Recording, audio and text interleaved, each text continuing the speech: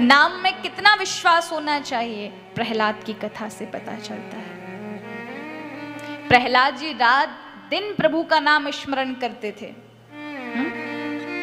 प्रभु के प्रति, नाम के प्रति इतनी निष्ठा थी कि स्वयं श्री हरि ने घोर परीक्षा, भक्तराज प्रहलाद की कितनी परीक्षा हुई थी, शायद ही कलयुग में कोई इतनी परीक्षा दे पाए कि हाथी के पैरों के तले कुचलवाना चाहा पिता ने, अग्नि में जलाना चाहा, समुद्र से बहा दिया, पर्वतों से फेंक दिया, जहर खिलाया गया, कारागार में डाला गया, गरम कढ़ाई में तेल डाल करके खौलाकर फिर जलाया गया।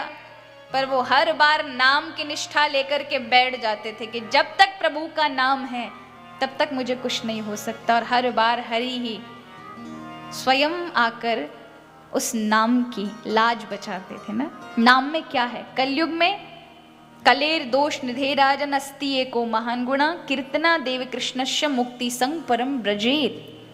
कलयुग में केवल नाम की ही महिमा है। भगवान ने अपनी सारी शक्तियां और स्वयं नाम में आकर बैठ गए, इसलिए कलयुग केवल नाम आधारा, सुमिर सुमिर नर उतरहि पारा। नाम की ही महिमा है इस कलयुग में। आज प्रहलाद पर कृपा की प्रभु ने, नरसिंह रूप प्रभु लेकर आए हैं। आगे कथा मनवंतर की आती है, जहां प्रभु ने विभिन्न विभिन्न मनवंतरों में अलग अलग अवतार लिए हैं। तो भगवान ने एक मनवंतर में गज और ग्रहा दोनों जब लड़ रहे थे और ग्रहा ने अंतिम समय प्रभु को पुकारा, तो स्वयं श्री प्रभु ने, नारायण प्रभु ने हरि का अवतार लिया। हरि माने जो कष्ट को हरने वाले हों, जो पापों का हरण कर लें, दुविधाओं का हरण कर लें, उन्हीं का नाम श्री हरि। तो यहाँ प्रभु ने हरि अवतार लिया है। आगे कथा आती है समुद्र मंथन की, कि एक बार अंगिरा ऋषि भगवान विष्णु के क्षीर सागर जाते हैं उनके दर्शन करने। तो भगवान श्री नारायण की प्रसादी माला उन्हें मिलती है, और भक्त प्रसादी माला को जब देखता है तो भगवान की दी हुई वस्तु उसको दुनिया की सारी चीजों से दे दी जाए फिर भी उसके लिए सब फीकी है। जब वह संत अंगिरा ऋषि स्वर्ग आए तो इंद्र ने नतमस्तक होकर प्रणाम किया, तो प्रसन्नता से, क्योंकि बाबा जियों के पास क्या होगा, भगवान का आशीर्वाद, तो प्रभु का आशीर्वाद ही देते हैं ना, उठा करके बड़ी प्रसन्नता से, क्योंकि माला ही उनके पास थी। प्रभु श्री हरि ने मुझे पहनाई है, ये मेरा भक्त, इसको दूंगा, उठा करके इंद्र के गले में डाल दी। और जो ही डाली, इंद्र मद में पागल था, उसने उठाई माला और गजराज अपने ऐरावत पर डाल दी। ऐरावत ने अपने मद में आकर के पृथ्वी से कुचल डाला। तो अंगिरा ऋषि श्राप दे देते हैं, धिक्कार है तुझे, तुझे इतना मद है, जा तू श्रीहीन हो जाएगा। भगवान की श्री प्रसादी का तूने ये दुराग्रह किया, उसे मिट्टी में मिला दिया, इसकी कीमत नहीं जानी, जा तू श्रीहीन हो जाएगा, तेरा राज्य छिन जाएगा जिस मद में तू पागल है। और ऐसा कहकर क्रोध अवस्था में निकल आए।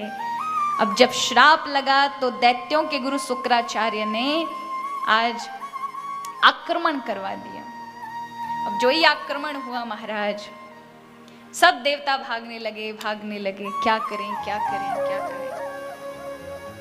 तो उस समय प्रभु ने कहा कि देखो देवताओं, तुम्हें सबसे अच्छी बात है कि इस समय तुम समुद्र मंथन करो। समुद्र मंथन से तुम्हें 14 रत्नों में से एक रत्न अमृत की प्राप्ति होगी। अमृत पीने के बाद तुम कभी मरोगे नहीं। ये उपाय अच्छा था। आज मूषक और सर्प विधि के द्वारा, मूषक और सर्प विधि जानते हो ना, क्या होता है? सर्प को सपेरा बंद कर लेता है पिटारे में। अब सपेरा जब बंद कर लेता है तो मूषक जा रहा होता है पिटारे के आसपास से, सूंघता हुआ कुछ खाने की वस्तु। उसी समय सांप अंदर से बोलते हैं, भैया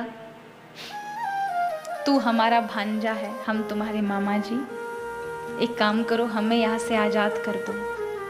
हमें आजाद कर दोगे तो तुम्हारा जो तुम चाहोगे वो काम हम बना देंगे। यहाँ बहुत सारा भोजन है, वो सब तुम्हारा ही है, पर यहाँ के लिए तुम्हें मुझे बाहर निकालना होगा, और यहाँ से तुम बहुत सारा भोजन रखा है, इसे तुम खा सकते हो। चूहा भी बात में रहता है कि मामा जी सही बोल रहे होंगे, काट लेता है, इतना गोला बना देता है। अब उन्होंने कहा कि मामा जी आप निकलो। बोले हम बाद में निकलेंगे, पहले तुम्हें भोजन दे के जाएंगे, आ जाओ अंदर। और जो ही वो अंदर आता है तो गटक लेता है, और गटकने के बाद चूहे को, और फिर आराम से आज़ादी के साथ बाहर निकल जाता है। तो उसी तरह से अपना काम बनाने के लिए असुरों से भी मैत्री कर लो। आज बात मान ली, समुद्र मंथन हुआ, और जब मंथन होता है, जब परिश्रम होता है, किसी चीज के लिए सफलता पानी है, तो सबसे पहले आपको चुनौती रूपी विष का सामना करना होगा, यानी जहर का। तो सबसे पहले हलाहल विष निकला। और विष को धारण कौन कर सकता है? अगर विशेष चिंतन किया जाए तो विष को महादेव ने धारण किया। पिया जहर का प्याला, हृदय तक नहीं जाने दिया, केवल गले तक रखा। और महादेव की यहाँ पर क्या है? चंद्रमा। चंद्रमा किसका प्रतीक है? शीतलता का। अगर जीवन में गृहस्थी का या झंझटों का विष भी पीना पड़े तो केवल गले तक रहो, दिल और दिमाग पर मत लेकर आओ, है ना। दिल भी ठंडा रखो, क्योंकि दिल में भावों का जन्म, प्रेम का जन्म होता है, दिल से ही दुनिया चलती है। और बुद्धि को भी बिल्कुल शीतल रखो, चंद्रमा की तरह एकदम शांत सुशीतल। जीवन में अगर दुख आते हैं, कष्ट आते, तो चिंता मत करो, सही समय भी आएगा। वो कहा जाता है ना कि कभी कभी दुखों में लगता है प्रभु हमारा साथ क्यों नहीं दे रहे, तो समझ लें उस समय आपकी परीक्षा की घड़ी है। और जब परीक्षा होती है तो उस समय शिक्षक हमेशा मौन रहते हैं ना, कि पहले इन विद्यार्थियों को परीक्षा देने दो, नंबर इनके बाद में देंगे, क्योंकि उस समय अगर परीक्षा के समय बता देंगे तो ये तो सब पास हो जाएंगे। इसलिए वो पहले परीक्षा के समय मौन रहेंगे। दुख हमें सुख की अनुभूति कराते हैं। अगर काले बादल ना हो तो जो अभी तारे चमक रहे हैं इस उजाले प्रकाश में दिखाई पड़ते हैं क्या? नहीं। उन तारों का सौंदर्य देखना है तो कालिमा को आना पड़ेगा। उसी तरह से अगर दुख नहीं आएंगे तो सुखों का आभास आपको होगा ही नहीं कि सुख क्या चीज है। भगवान ने एक सुंदर फूल बनाए हैं ना, उस सुंदर फूल में भी जो चारों तरफ कांटे लगाए हैं, उस कांटे से ये मत सोचिए कि ये इस कांटे ये इसको बदसूरत बना रहे हैं, नहीं, वो उसकी रक्षा सुरक्षा के लिए हैं। उसी तरह से जीवन में सुखों का फूल खिला हुआ है, उसकी रक्षा सुरक्षा के लिए भगवान ने दुख रूपी कांटे बनाए हैं, जिससे आप दुखों में से सुख को तलाश करें। जब आप भगवान से ये कहते हैं कि भगवान मुझे जीवन में उन्नत बनाइए, तो भगवान आपको संघर्ष से सामना करवाते हैं, क्योंकि जब तक नहीं करोगे तब तक उन्नत नहीं बनोगे। जब आप कहते हैं भगवान हमारे जीवन में प्रेम प्राप्त हो, तो भगवान दरिद्रता से परिचय कराते हैं आपका, निर्धनता देंगे, जिससे आप दूसरों की पीड़ा समझ सकें, उस कष्ट को जान सकें, उस दौर से गुजरकर आप वो बनेंगे, ये पक्का है बनेंगे। लेकिन आपके अंदर वो भाव पैदा हो जाएगा जो तुमने प्रभु से मांगा है। कोई संसार में कुछ बहुत बड़ी सफलता, तो उसे चुनौतियों का सामना करना होगा, अपनों की चुनौतियों का, अपनों से भेदभाव का, जिससे तुम्हारी भेद दृष्टि मिट जाए।